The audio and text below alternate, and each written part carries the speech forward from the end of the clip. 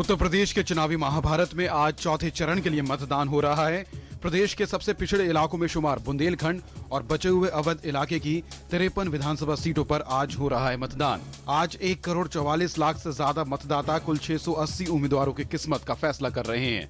उत्तर प्रदेश में 5वें, 6ठे और 7वें चरण के लिए चुनाव प्रचार भी जोरों पर है। महाराष्ट्र में बीएमसी समेत 10 महानगर पालिकाओं की 3,210 सीटों पर वोटों की गिनती शुरू हो चुकी है। अभी तक जो नतीजे सामने आए हैं उसमें बीजेपी को बढ़त मिलती दिख रही है। अमरावती से बीजेपी उम्मीदवार रीना पटोले निर्विरोध जीत गई हैं। पिंपरी चिंचवाड़ा सीट से भाजपा उम्मीदवार रवि निर्विरोध जीत गए हैं। मंगलवार को हुए चुनाव में करीब 56% मतदाताओं ने वोट डाला, जबकि बीएमसी में 55% मतदान हुआ।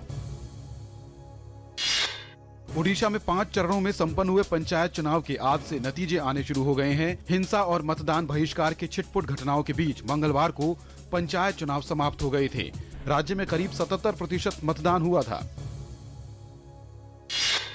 जम्मू कश्मीर के शोपियां में आतंकियों ने सेना पर हमला कर दिया। इस हमले में 3 जवान शहीद हो गए हैं। एक महिला की भी मौत हो गई है। आतंकी हमले में घायल जवानों को अस्पताल में भर्ती कराया गया है। ये आतंकी हमला उस समय हुआ जब सेना का गश्ती दल शोपिया के कुंगू में सर्च ऑपरेशन के बाद लौट रहा था। इलाके में सर्च ऑपरेशन जारी है। विदेश सचिव एस जयशंकर ने बीजिंग के साथ की रणनीतिक वार्ता, सभी द्विपक्षीय और बहुपक्षीय मुद्दों पर की बातचीत। विदेश सचिव की आज से 2 दिन की ढाका यात्रा शुरू। यात्रा के दौरान उच्च स्तरीय दौरा समेत कई द्विपक्षीय मुद्दों पर होगी बातचीत। पंजाब और हरियाणा के बीच दशकों पुराने सतलुज यमुना लिंक कैनाल के मसले पर सुप्रीम कोर्ट ने सुनवाई पर किसी भी प्रकार की रियायत देने से इनकार करते हुए 2 मार्च से सुनवाई की बात कही है। सर्वोच्च अदालत ने कहा है कि वो इस मामले को ज्यादा लंबित नहीं रख सकते हैं और मामले को जल्द से जल्द निपटाना चाहते हैं। इस बीच इंडियन लोकदल ने नहर खोदने की बात कहकर मामले को और तूल दे दिया है।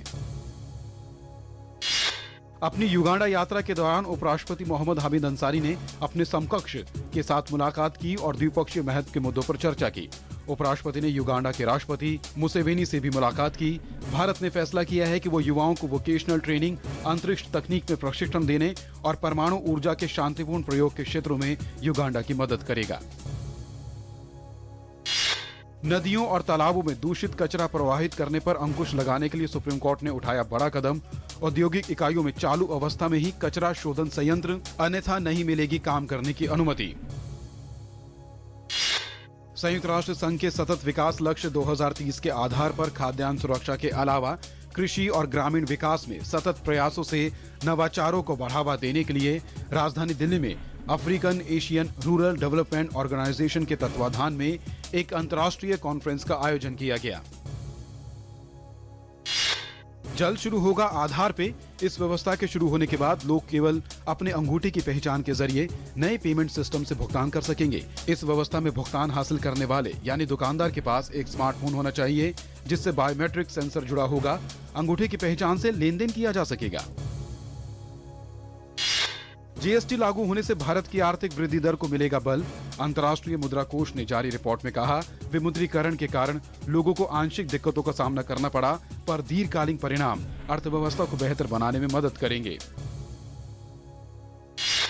नए नोटों को तेजी से चलन में लाने और उपभोक्ताओं की ऐच्छिक मांग के फिर से जोर पकड़ने से चालू वित्त वर्ष में आगे आर्थिक गतिविधियां तेज होंगी। रिजर्व बैंक द्वारा जारी एमपीसी की बैठक के ब्यौरे के अनुसार मौद्रिक नीति के रुख को नरम के स्थान पर न्यूट्रल किए जाने से नीतिगत दरों को किसी भी दिशा में बदलने के लिए केंद्रीय बैंक को पर्याप्त लचीली स्थिति उपलब्ध होगी।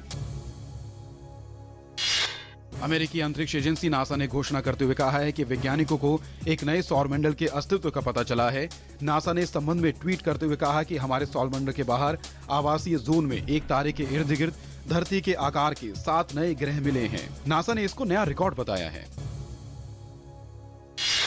केंद्रीय खेल मंत्री विजय गोयल ने कहा है कि मंत्रालय ने दृष्टिबाधित विश्व कप जीतने वाली भारतीय क्रिकेट टीम के प्रत्येक सदस्य को 5-5 लाख रुपए देने का फैसला किया है।